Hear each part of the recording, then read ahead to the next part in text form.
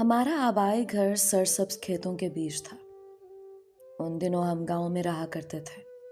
یہاں شہر جیسی سہولیات میسر تھیں، یعنی ٹیلی فون، اے سی، ریفریجریٹر، سبھی سہولتوں سے استفادہ کر سکتے تھے۔ تبھی ہمارے لیے گاؤں کی زندگی جنت جیسے تھے۔ ہم خوشحال لوگ تھے، مکمل ہر کہانی نعمت سننے کے میسر لیے تھے۔ یوٹیوب چینل میں نہیں علیزہ جانتی ٹاک تھی کہ سبسکرائب کریں۔ معاشی تنگی کیا شے ہوتی ہے۔ ان دنوں میں کالج میں پڑھ رہی تھی اور میری بڑی بہن ایف اے کرنے کے بعد گھر کے کاموں میں مشغول ہو چکے تھے۔ میرا بھائی شہر کے کالج میں پڑھتا تھا اور وہیں ہاسٹل میں رہتا تھا۔ مجھے پڑھنے کا شوق تھا، اسی لیے والد صاحب نے شہر کے کالج میں داخلہ کرا دیا تھا۔ میرے ساتھ گاؤں کی اور بھی لڑکیاں کالج آتی تھیں۔ ہم سب اکٹھے ہو کر ایک ہی بس میں جایا کرتے تھے۔ ایک دن ہم بس میں چڑھے تو ہمارے بعد ایک نوجوان بھی سوار ہوا۔ وہ سیٹ پر نہ بیٹھا بلکہ دروازے پر کھڑا رہا۔ مجھے اس کا یوں کھڑے رہنا برا لگا۔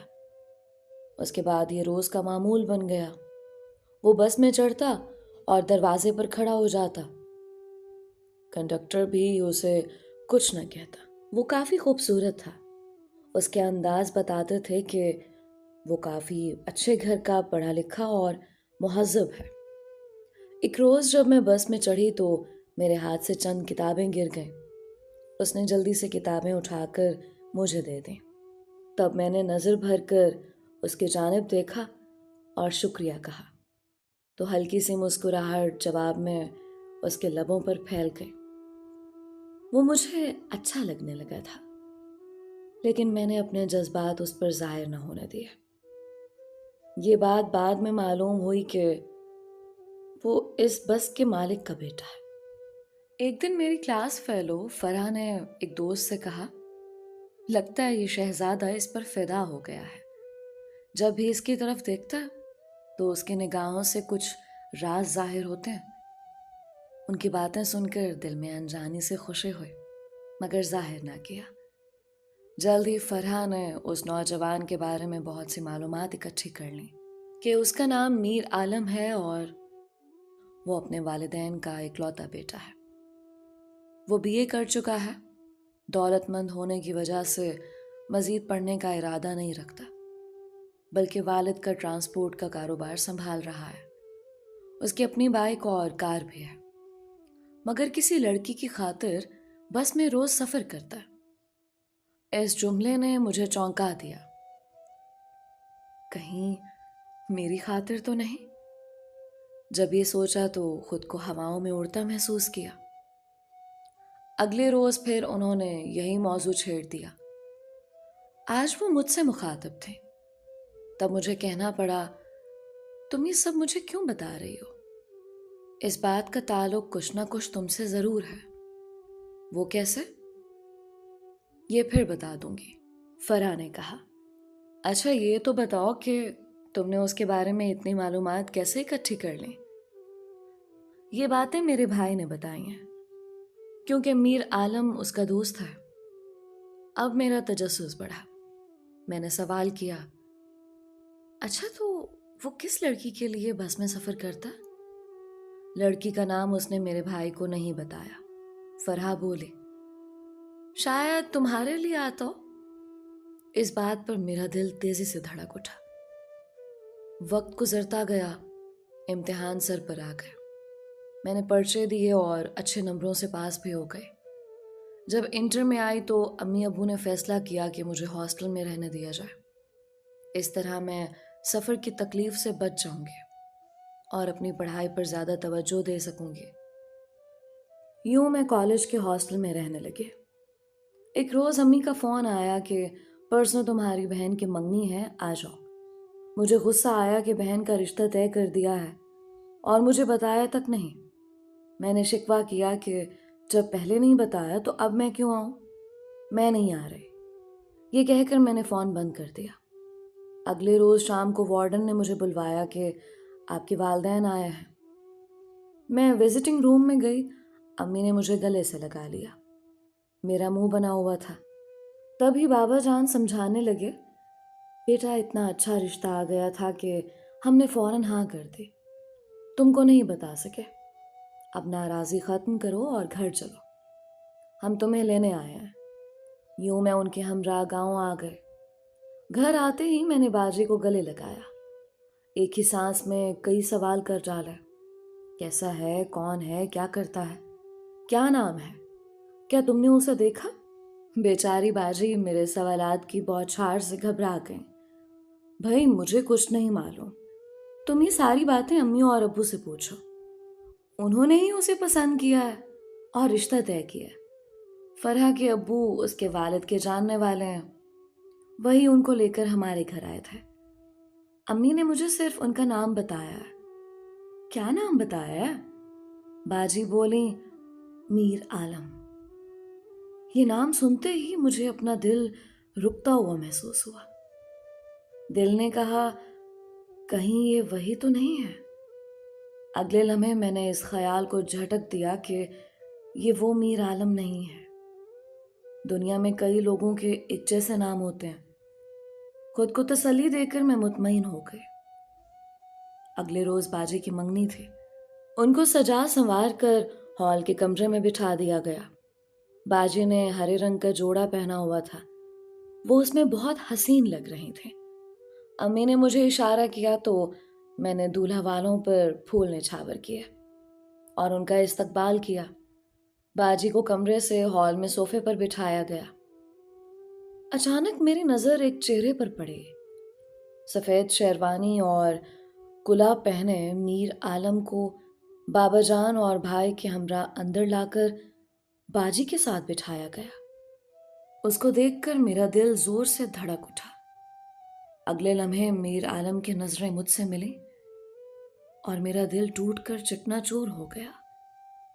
مجھے یقین نہیں آ رہا تھا کہ وہ مجھے چاہتا ہے اور میری بہن سے منگنی کر رہا ہے.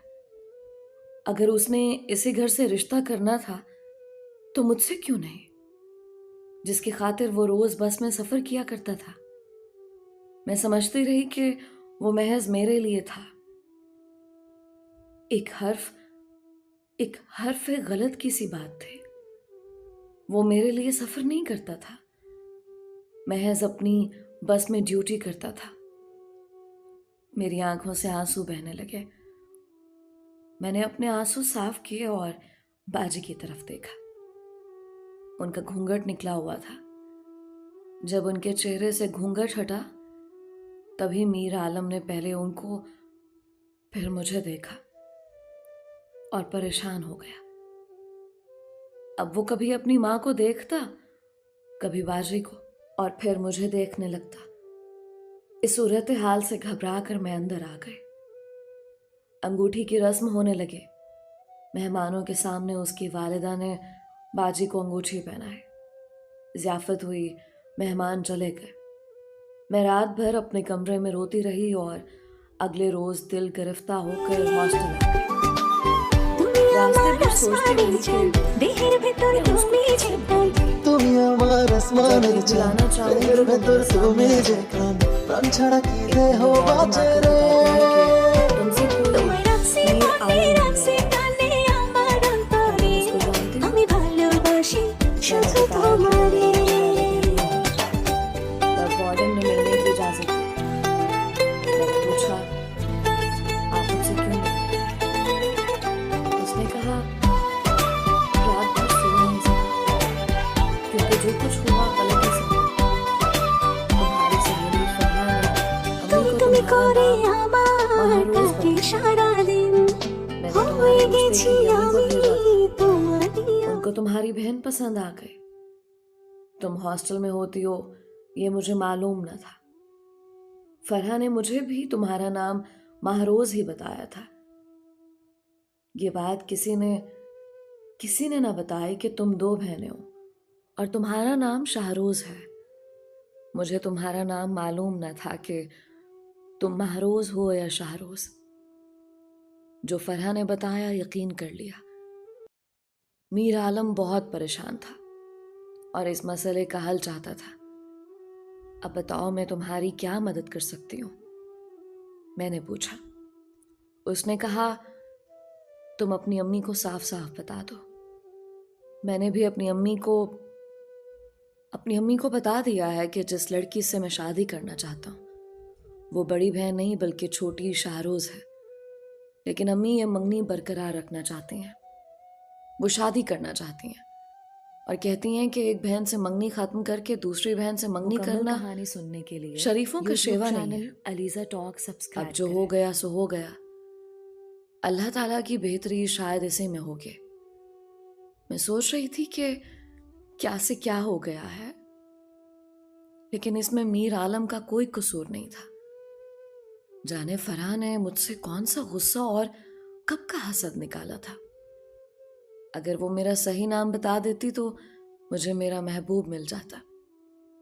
لیکن اب کیا ہو سکتا تھا. جہاں تک باجی کا تعلق تھا ان کو کوئی فرق نہیں پڑتا تھا. ان کو کوئی اور رشتہ مل جاتا، وہ ادھر سیٹ ہو جاتی. انہوں نے تو میر عالم کو دیکھا تک نہیں تھا. میں اپنے دل کا حال باجی کو نہیں بتا سکتے تھے. میر عالم کہہ رہا تھا اپنے والدین کو بتاؤ کہ مجھے تم پسند ہو، میں تم سے پیار کرتا ہوں، تم سے شادی کرنا چاہتا ہوں. عالم، یہ تم کیسی باتیں کر رہے ہو؟ اس بات سے میرے والدین کی عزت پر حرف آئے گا. ان کو دکھ ہوگا اور میں ان کی نظروں میں گر جاؤں گی. میں اپنی بہن کی خوشی نہیں چھین سکتے. وہ تمہارے نام کی انگوٹھی پہن چکی ہے.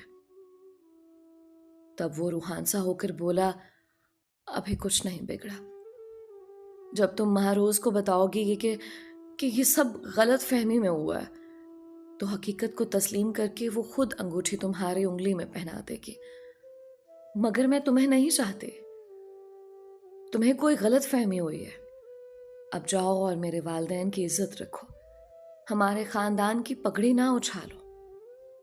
اگر تم مجھ سے پیار کرتے ہو تو تمہیں ان باتوں کا خیال رکھنا پڑے گا، کیونکہ محبت کرنے والے ہر اس بات کا خیال رکھتے ہیں جو ان کے محبوب کو پسند ہوتی ہیں. میر عالم بھاری قدموں سے چلا گیا. اس نے چاہا بھی کہ منگنی توڑ دی جائے، مگر اس بات پر اس کے گھر والے راضی نہ ہوئے. وہ بھی خاندانی شریف لوگ تھے. انہوں نے میر عالم کو سمجھایا کہ لڑکی والوں کے دل پر اس امر سے کیا گزرے گی، وہ خاندان میں کیا منہ دکھائیں گے، وہ کس کس کو جواب دیں گے، کس کا منہ بند کریں گے. مگر میر عالم کو کوئی حل نہیں سوچتا تھا. ایک طرف والدین کا دباؤ تھا اور دوسری طرف میری باتوں سے وہ مجبور تھا. اسی کو قسمت کا لکھا کہتے ہیں. وہ چاہنے کے باوجود مجھے حاصل نہ کر سکا اور نہ ہمارے گھر سے رشتہ توڑ سکا. اس کے والدین نے اسے اتنا مجبور کیا کہ اسے باجی مہاروز سے شادی کرنی ہی پڑے. ادھر میرے دل کا کیا حال ہوا مت پوچھئے. مجھے میر عالم کے سوا کوئی اور نہ بھایا. جی چاہتا تھا کہ کہیں دور چلے جاؤں. پڑھائی سے جی اچاٹ ہو گیا. پہلے پوزیشن لاتی تھی، اب مر مر کر پاس ہوتی تھی.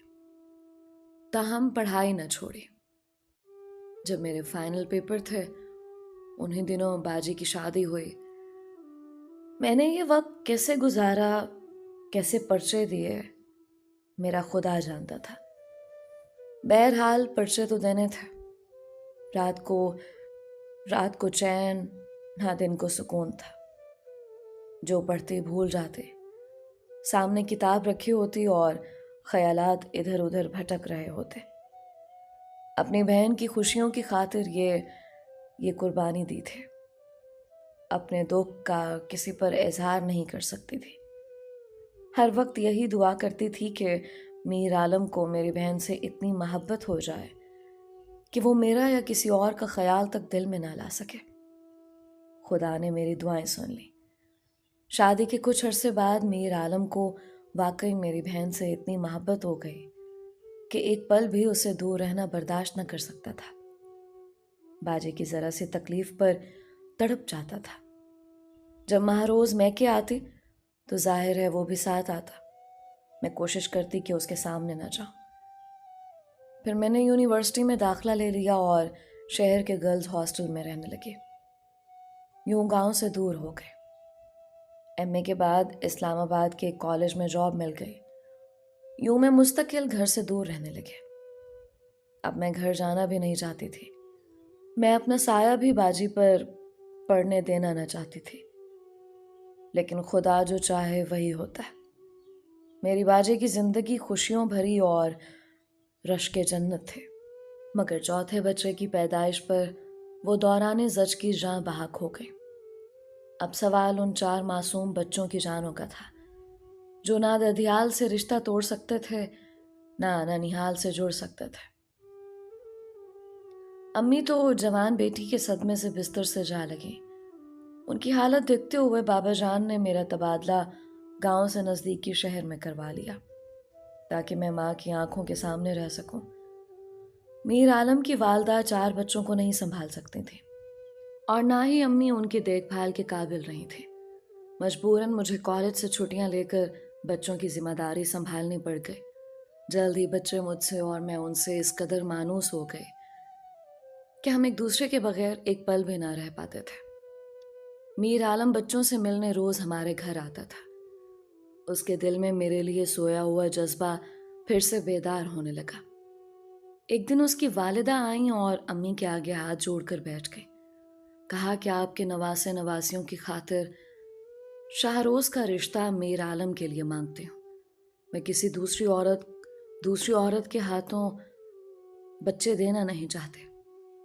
امی نے کہا کہ آپ شاہروز سے خود بات کر لیں. وہ پڑھی لکھی ہے، اگر مان جائے تو ہمیں کوئی اعتراض نہ ہوگا.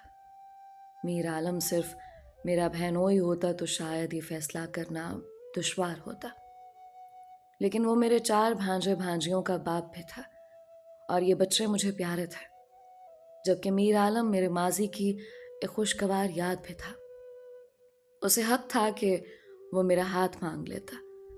اس نے مجھ سے التجا کی کہ میرے لیے نہ سہی، اپنی بہن کے ان بچوں کے لیے میرا ساتھ دو.